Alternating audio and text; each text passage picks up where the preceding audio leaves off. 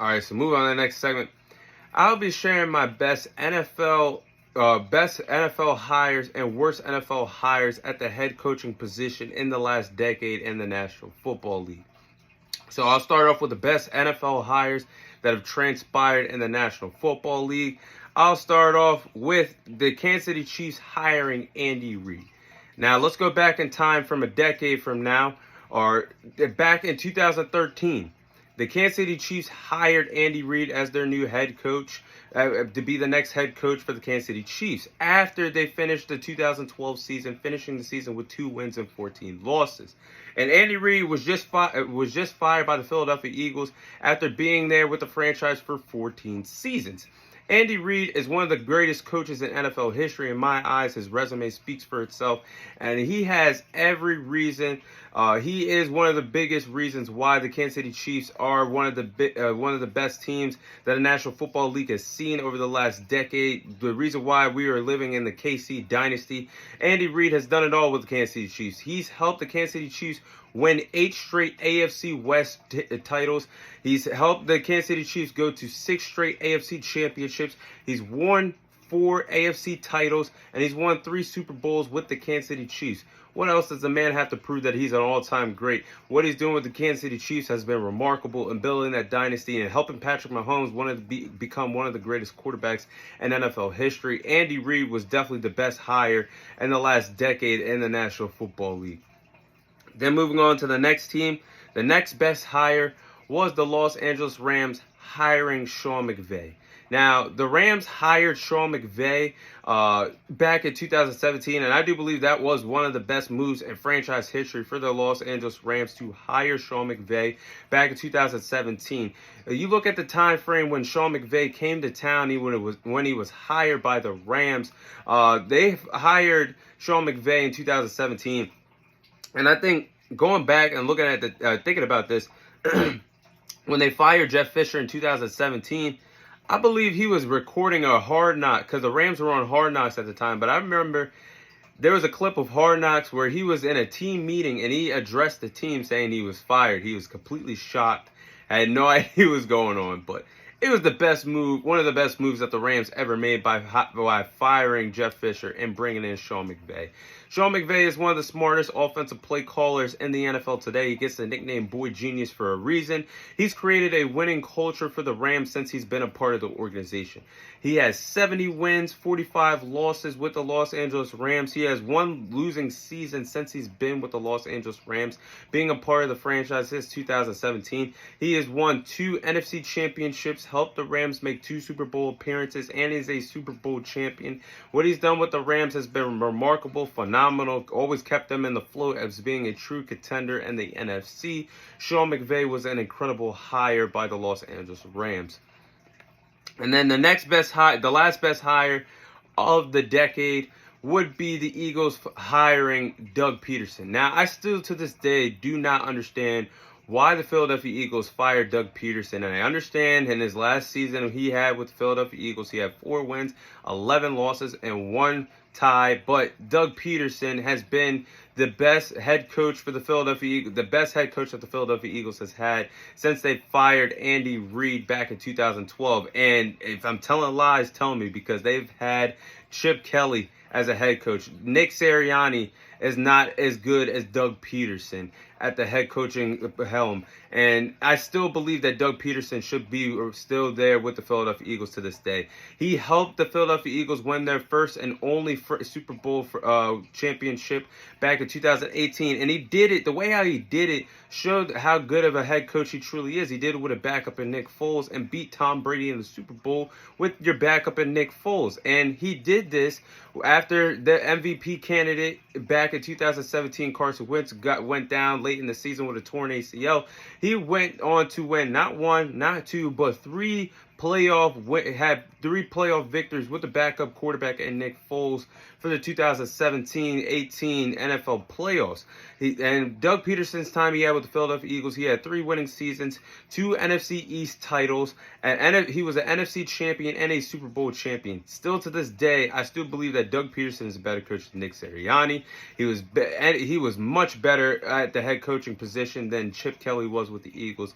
he should still be there with the Philadelphia Eagles today. Doug Peterson was a great hire by the Philadelphia Eagles. Oh, actually, I said a lie. The last best hire of the decade would be the San Francisco 49ers hiring Kyle Shanahan. And I do believe that Kyle Shanahan is one of the best coaches in the National Football League. He's one of the best offensive mastermind coaches in the National Football League today. He's brought nothing but success to the San Francisco 49ers since he's been the head coach there. And he's done that with not having the elite type of quarterbacks. And he's done that with guys like Jimmy Garoppolo, Brock Purdy.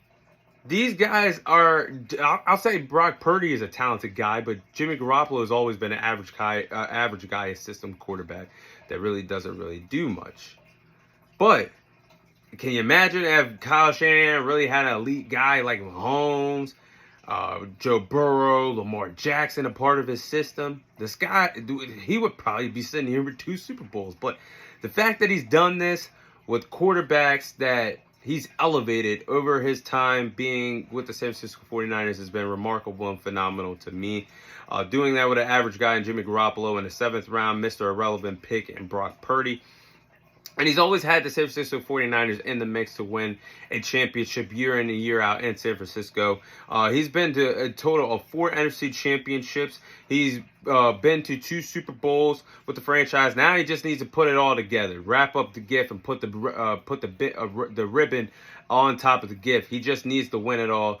And hopefully one day for San Francisco 49ers fans, they do put it all together and win it all. Because Kyle Shanahan is one hell of a coach. Now, this is the fun part. The worst hires of the last decade in the National Football League. Let's start off with number 1, and that's the Jacksonville Jaguars hiring Urban Meyer as their head coach. Now, Jaguars hiring Urban Meyer to be their head coach has to be one of the biggest mistakes that the franchise has ever made, and definitely one of the worst hires in NFL history. Urban Meyer went 2-11 with the Jacksonville Jaguars, never finished his first and only season in the National Football League at the head coaching helm with the Jacksonville Jaguars before he was fired before the 2021 NFL season ended. And when they were 0-4, you would think when your team's 0-4, yeah, I'm gonna get into the film room, I'm gonna get my team fired up so we can have a big turnaround after starting off 0-4. Hell no. The man went out to a bar and started dancing with a woman that was not his wife. The man was caught cheating on camera instead of trying to improve his team that already started off 0-4. And how the hell are you an NFL head coach and you're game planning, preparing in film, watching film for the Los Angeles Rams, and you have no idea who the hell number 99 is for the Rams, and Aaron Donald, one of the best defensive players in NFL history? How the hell do you not know who Aaron Donald is?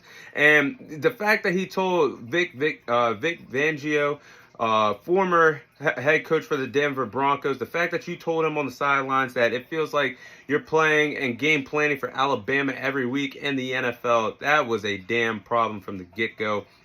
Urban Meyer was never ready for the NFL. It was too much pressure for him. And he was one of the worst hires in NFL history. Now, one of the worst hires also was the Detroit Lions hiring Matt Patricia. Now, Matt Patricia at the time was hired by the Detroit Lions back in 2018. He went from going on to being Bill Belichick's defensive coordinator for the New England Patriots to going on to being the head coach for the Detroit Lions. And man, when he was the Detroit Lions head coach, he stunk up the joint in Detroit. He tried to have a familiar vibe that Bill Belichick created in New England, and that just wasn't going to work with that Detroit Lions team. Guys like Matthew Stafford, Darius Slay, and several others that were a part of that Lions team that was a part of that team for a very long time wasn't going to fit into that Bill Belichick type of culture. And the fact that he tried to create that very early on in Detroit, we all knew was going to be a problem for the get-go. But he was late to meetings, really didn't give a damn about the team's success, and he told Darius Slay was no joke back in the day. He still is a pretty good DB in the National Football League. He's slowing down, but still a really good defensive player. But told Darius Slay he had no reason to train with other NFL elite defensive backs, and he wasn't in that category with this guy. So when you tell one of your best players that, I knew it was a problem. But with the Detroit Lions, he ended up finishing his coaching career there with 13 wins, 29 losses, and 1 tie. That was all she wrote for Matt Patricia there for the Detroit Lions. He's never been a head coach ever since. He's been bouncing around team to team. I'll save my comments for him being an offensive coordinator for the New England Patriots as I digress. I'll move on to the final coach. Final worst hire was the Cleveland Browns hiring Hugh Jackson. Now, Hugh Jackson has to be in the conversation with Urban Meyer as one of the worst head coaching hires in NFL history. I mean, Hugh Jackson, how bad can you get? The man was hired in 2016, and his first season with the team, he went 1-15. Okay, let's see what you could do in your second season. Could it get any worse? And it damn sure did get worse, because he turned around and went 0-16 in his second season with the Cleveland Browns, going 0-16 and becoming the second NFL team in NFL history to finish a season at 0-16 behind the Detroit Lions.